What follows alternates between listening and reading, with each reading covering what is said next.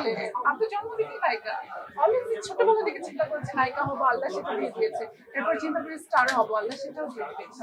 মাত্র আমি দেখলাম যে এক আঙ্কেল আন্টি অলমোস্ট 70-65 এরকম বয়স হবে আমাদের, ওনারা সেলফি তুলবেন এবং আঙ্কেল খুবই মানে ফোনটা ওপেন করতে পারছিলাম না ঠিক মতো। তো আমার মনে হলো যে আমার বাবা মাও তো ওনাদের বয়সী, আমি বললাম যে হাতে ধরে যে চলেন বাইরে আমরা ছবি তুলি।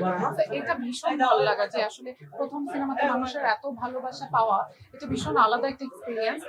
আমার মনে হয় যে আমি সো ব্লেসড, রায়হান রাফি এত বড় বিগ স্ক্রিন, এত ভালো cinema, super duper hit cinema, আপনাদের সবার দোয়া, এটা একটা মানে প্লেস এক্সপিরিয়েন্স। জ্যাজের একটা সিনেমা আসার কথা ছিল রাস্তা, ওটা রায়হান রাফি আমার এবং সিয়ামের করার কথা ছিল, সম্ভব ওটা হয়নি।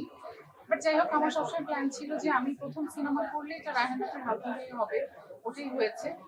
মানে ডিরেক্টর হিসেবে সে তো দুর্দান্ত এবং ভীষণ হার্ড ওয়ার্কিং, যার কারণে আজকে বাংলাদেশে এত কম সময়ে এত উচ্চতর একটা লেভেলে এসে চলে যেতে পেরেছে এবং উনি তার মানে আর্টিস্টদের কাছ থেকে কাজ বের করে নিতে পারে।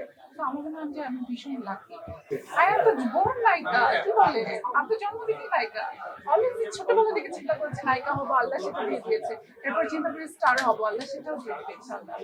প্রেশার কুকারের গল্পটা আমার কাছে যখন এসেছে তখন আমি উমরাতে ছিলাম আমার ফ্যামিলি নিয়ে, এবং আমার ডিরেক্টর আমাকে এবার বলছিল যে এটা তোমার করতে হবে, আমার মনে হয় তুমি এটা করতে পারবা, তো তুমি ওখানে আমার জন্য একটু দোয়া করো আর এসে অডিশনটা দিয়ে যাও। I was like, okay.